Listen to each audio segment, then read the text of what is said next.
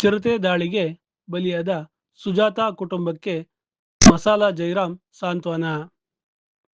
ವೈಯಕ್ತಿಕವಾಗಿ 50,000 ರು ನೆರವು. ಕುಟುಂಬಕ್ಕೆ 50 ಲಕ್ಷ ರು ಪರಿಹಾರ ಹಾಗೂ ಉದ್ಯೋಗ ನೀಡುವಂತೆ ಸರ್ಕಾರಕ್ಕೆ ಮಸಾಲಾ ಜೈರಾಂ ಆಗ್ರಹ. ನರಭಕ್ಷಕ ಚಿರತೆ ಕಂಡಲ್ಲಿ ಗುಂಡಿಕ್ಕಲು ಆದೇಶಿಸುವಂತೆ ಸರ್ಕಾರಕ್ಕೆ ಮಾಜಿ ಶಾಸಕ ಒತ್ತಾಯ. ತುರುವೇಕೆರೆ ತಾಲ್ಲೂಕಿನ ಅರೇಮಲ್ಲೇನಹಳ್ಳಿ ಗ್ರಾಮಕ್ಕೆ ಭೇಟಿ ನೀಡಿ ಚಿರತೆ ದಾಳಿಗೆ ಬಲಿಯಾದ ಸುಜಾತಾ ಕುಟುಂಬಕ್ಕೆ ಸಾಂತ್ವನ ಹೇಳಿದ ಮಾಜಿ ಶಾಸಕ ಮಸಾಲಾ ಜೈರಾಂ ಅವರು ವೈಯಕ್ತಿಕವಾಗಿ 50,000 ರುಗಳ ಧನಸಹಾಯ ಮಾಡಿ ಮಕ್ಕಳ ವಿದ್ಯಾಭ್ಯಾಸಕ್ಕೆ ಅಗತ್ಯ ಸಹಾಯ ಮಾಡುವ ಭರವಸೆ ನೀಡಿದರು. ನಂತರ ಮಾಧ್ಯಮದೊಂದಿಗೆ ಮಾತನಾಡಿದ ಮಸಾಲಾ ಜೈರಾಂ, ಗ್ರಾಮೀಣ ಮಹಿಳೆ ಸುಜಾತಾ ಅವರು ಎಂದಿನಂತೆ ದನ ಮೇಯಿಸಲು ಹೋದಾಗ ಚಿರತೆ ದಾಳಿ ಮಾಡಿ ಅವರನ್ನು ಬಲಿ ತೆಗೆದುಕೊಂಡಿದೆ.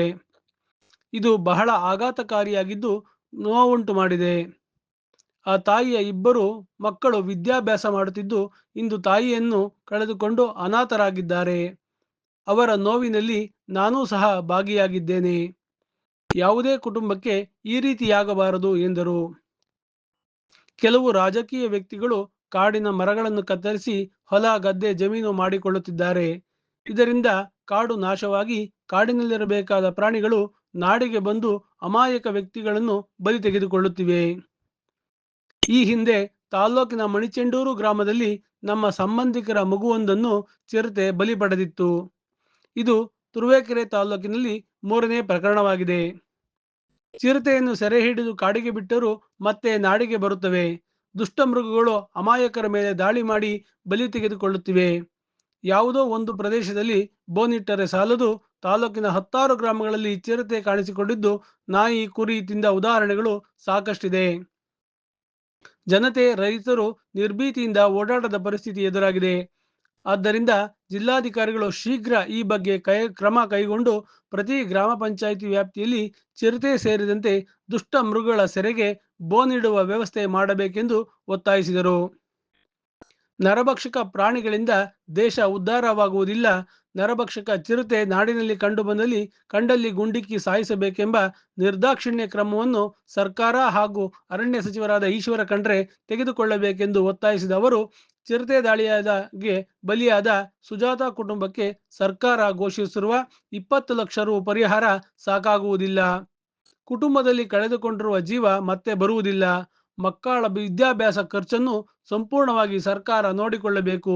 ಕುಟುಂಬಕ್ಕೆ 50 ಲಕ್ಷ ರು ಪರಿಹಾರವನ್ನು ನೀಡಬೇಕು ಹಾಗೂ ಸುಜಾತಾರ 2 ಮಕ್ಕಳ ಪೈಕಿ ಒಬ್ಬರಿಗೆ ಸರ್ಕಾರಿ ಉದ್ಯೋಗ ನೀಡಬೇಕೆಂದು ಆಗ್ರಹಿಸಿದರು.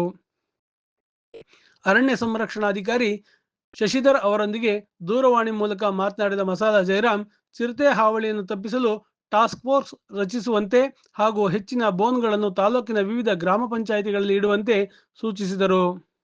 ಈ ಸಂದರ್ಭದಲ್ಲಿ ಚಿರತೆ ದಾಳಿಗೆ ಬಲಿಯಾದ ಸುಜಾತಾ ಕುಟುಂಬಸ್ಥರು, ಬಿಜೆಪಿ ಮುಖಂಡರುಗಳು, ಗ್ರಾಮಸ್ಥರು ಉಪಸ್ಥಿತರಿದ್ದರು. ಸಹೋದರಿ ಸುಜಾತವ್ರನ್ನ ಕಾಡ್ಪ್ರಾಣಿ ಅಂತ ಚಿರತೆ ಹೊತ್ತೊಯ್ದು ಅವ್ರನ್ನ ಭಕ್ಷಣೆ ಮಾಡಿದೆ. ಇವತ್ತು ನನಗೆ ಅನಾಹುತ ಇರಲಿಲ್ಲ. ಇವತ್ತು ನಾನು ಆ ಒಂದು ಬಂದು ಇವತ್ತು ಅವ್ರ ಕುಟುಂಬಕ್ಕೆ ಸಂತೈಸಿ ಇವತ್ತು 50,000 ರೂಪಾಯಿನ ನಾನು ಮಕ್ಕಳುಗಳ ವಿದ್ಯಾಭ್ಯಾಸಕ್ಕೆ ಕೊಟ್ಟಿದ್ದೀನಿ. ಇದು ತುಂಬಲಾರದ ನಷ್ಟ. ಇವತ್ತು ನಮಗೆ ಭಾರಿ ದುಃಖ ಆಗ್ತಿದೆ. ಅಮಾಯಕ ಹೆಣ್ಮಕ್ಳು ಏನು ಗೊತ್ತಿಲ್ಲ ಪಾಪ, ಏನೋ ಒಂದೇ ಒಂದು ಎಕರೆ ಜಮೀನಿದೆ, ಆ ಜಮೀನಲ್ಲಿ ಪಾಪ ಏನೋ ದನ ಮೇಸಕ್ಕೆ ಹೋಗೋರೆ, ಹತಾಚೂರಾಗಿ ಬಂದ್ಬಿಟ್ಟು ಇದು ಚಿರತೆ ಆ ಹುಡುಗಿನ ಬಲಿ ತೊಗೊಂಡಿದೆ. ಇವತ್ತು ಅವ್ರ ಮಕ್ಳುಗಳಿಗೆ ಪಾಪ ಒಂದು ಹುಡುಗಿ ಡಿಗ್ರಿ ಓದ್ತಾ ಇದೆ, ಒಂದು ಹುಡುಗಿ PUC ಓದ್ತಾ ಇದ್ದಾನೆ. ಅವ್ರು ಇವತ್ತು ಅನಾಥರಾಗಿದ್ದಾರೆ. ಇವತ್ತು ನಾನು ಸರ್ಕಾರದ ಕೇಳಕ್ಕೆ ಇಷ್ಟಪಡ್ತೀನಿ, ಮುಂದಿನ ದಿನಗಳಲ್ಲಿ ಏನಿರ್ತಕ್ಕಂಥ ಮಕ್ಳುಗಳಿಗೆ ವಿದ್ಯಾಭ್ಯಾಸಕ್ಕೆ ಅನುಕೂಲ ಮಾಡಿಕೊಡು ಸರ್ಕಾರ. ಮತ್ತು ಮುಂದಿನ ದಿನಗಳಲ್ಲಿ ಯಾರಿಗಾರ ಈ ಮನೆ ಇರ್ತಕ್ಕಂಥ ಹೆಣ್ಮಗಳಿಗೂ ಒಬ್ಬ ಗಂಡು ಮಗುಗೆ ಯಾರಿಗಾರು ಸರ್ಕಾರಿ ಕೆಲಸ ಕೊಡಬೇಕು ಅಂತ ನಾನು ಇರ್ತಕ್ಕಂಥ ಸರ್ಕಾರನ ನಾನು ಆಗ್ರಹ ಮಾಡ್ತಾಯಿದ್ದೀನಿ. ಏಕೆಂದರೆ ಇವತ್ತು ಕಾಡು ಪ್ರಾಣಿಗಳು ನಾಡಿ ಬರ್ತವೆ. ಇವತ್ತು ಕಾಡು ಇಲ್ದಂತೆ ಮಾಡ್ತಾ ಇರ್ತಕ್ಕಂಥ ರಾಜಕೀಯ ವ್ಯಕ್ತಿಗಳು ಕಾಡು ಇಲ್ದಂತೆ ಮಾಡ್ತಾರೆ. ಕಾಡನ್ನ ಎಲ್ಲನೂ ಕುಯ್ದು ಕಟ್ ಮಾಡಿ ಎಲ್ಲ ಮಾಡಿ ಇವತ್ತು ಹೊಲ ಮಾಡ್ಕೊಂಡು ಗದ್ದೆ ಮಾಡ್ಕೊಂಡು ಜಮೀನು ಮಾಡ್ತಾರೆ. ಅದಕ್ಕೋಸ್ಕರ ಕಾಡು ಪ್ರಾಣಿ ನಾಡಿಗೆ ಬರ್ತವೆ. ನಾಡಿಗೆ ಬಂದು ಹಿಂಗೆ ಅಮಾಯಕರುಗಳನ್ನ ಬಲಿ ತೊಗೋತಾ ಇದ್ದೀವಿ. ಕಳೆದ ನಾನು ಶಾಸಕ ಸಂದರ್ಭದಲ್ಲಿ ಒಂದು ಮಗುನ ನಮ್ಮ ನೆಂಟರ ಮಗುನೇ ಮಣೆಕುಪ್ಪೆಯಲ್ಲಿ ಬಲಿ ತೊಗೊಂಡಿತ್ತು.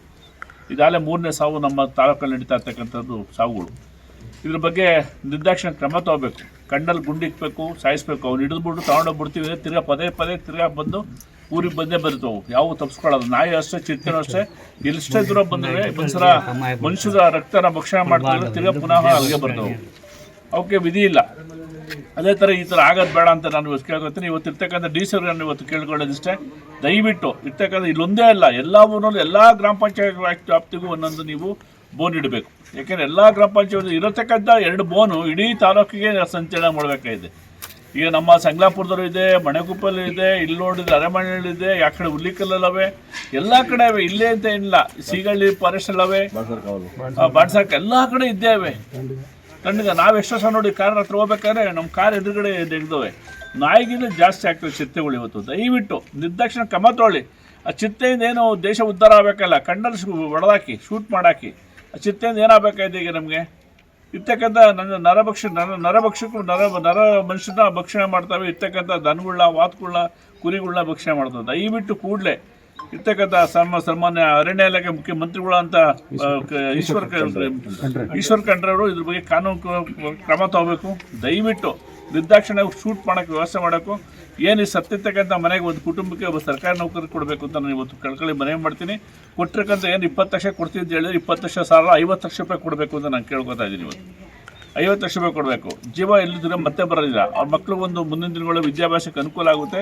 ದಯವಿಟ್ಟು ವಿದ್ಯಾಭ್ಯಾಸ ಸಹಿತ ತಾವು ಸರ್ಕಾರ ನೋಡ್ಕೋಬೇಕು. ಅದರಿಂದ ನಾನು ಆಗ್ರಹ ಮಾಡ್ತಾಯಿದ್ದೀನಿ. ದಯವಿಟ್ಟು ಇರ್ತಕ್ಕಂಥ ರಾಜ್ಯ ಸರ್ಕಾರದಂತೆ ಮುಖ್ಯಮಂತ್ರಿಗಳಿಗೂ ಅಷ್ಟೇ, ಮತ್ತು ಅರಣ್ಯ ಮಂತ್ರಿಗಳಿಗೂ ಅಷ್ಟೇ, ಮತ್ತು ಜಿಲ್ಲಾಡಳಿತಕ್ಕೂ ಅಷ್ಟೇ ನಾನು ಕಳ್ಕೊಳ್ಳಿ ಮನವಿ ಮಾಡ್ತೀನಿ. ಮಕ್ಕಳಿಗೆ ವಿದ್ಯಾಭ್ಯಾಸಕ್ಕೆ ದಯವಿಟ್ಟು ಅನುಕೂಲ ಮಾಡಿಕೊಡಿ. ಮುಂದಿನ ನಾನು ಸಹಿತ ವಿದ್ಯಾಭ್ಯಾಸ ಸ್ವಲ್ಪ ಅನುಕೂಲ ಮಾಡಿಕೊಡ್ತೀನಿ ಅಂತ ಹೇಳ್ತೀನಿ. ಇವತ್ತು ನನಗೆ ಇದು ಒಂದು ಭಾರಿ ವಿಷಾದಕರ ಸಂಗತಿ ಅಂತ ನಾನು ಹೇಳೋಕ್ಕೆ ಇಷ್ಟಪಡ್ತೀನಿ. ಬಂಧುಗಳೇ, ಇನ್ನು ಮುಂದಿನ ದಿನಗಳಲ್ಲಿ ಅವ್ರ ಮನೆ ಕುಟುಂಬಕ್ಕೆ ಆ ದೇವರು ಭಗವಂತ ಶಕ್ತಿ, ದುಃಖ ಬರೋ ಶಕ್ತಿ ಕೊಡಿ ಅಂತ ಹೇಳಿ ನಾನು ಇವತ್ತು ಒಂದು ಸಾಂತ್ವನ ಹೇಳಕ್ಕೆ ಬಂದಿದ್ದೀನಿ. ಧನ್ಯವಾದಗಳು. ಭಾರತ ವೈಭವ ನ್ಯೂಸ್ ವರದಿ Girish K Bhat, Turuvekere. Thanks for watching. Read, discuss and debate with editor Dr. Yan Prashant Rao. Wanted reporters in print, digital and visual media for Bharat Vaibhav Daily Newspaper, BV News 5 Channel and BV Fast Web News from all the talukas of Karnataka, Goa and Maharashtra. If interested, send your resume to 9019229369.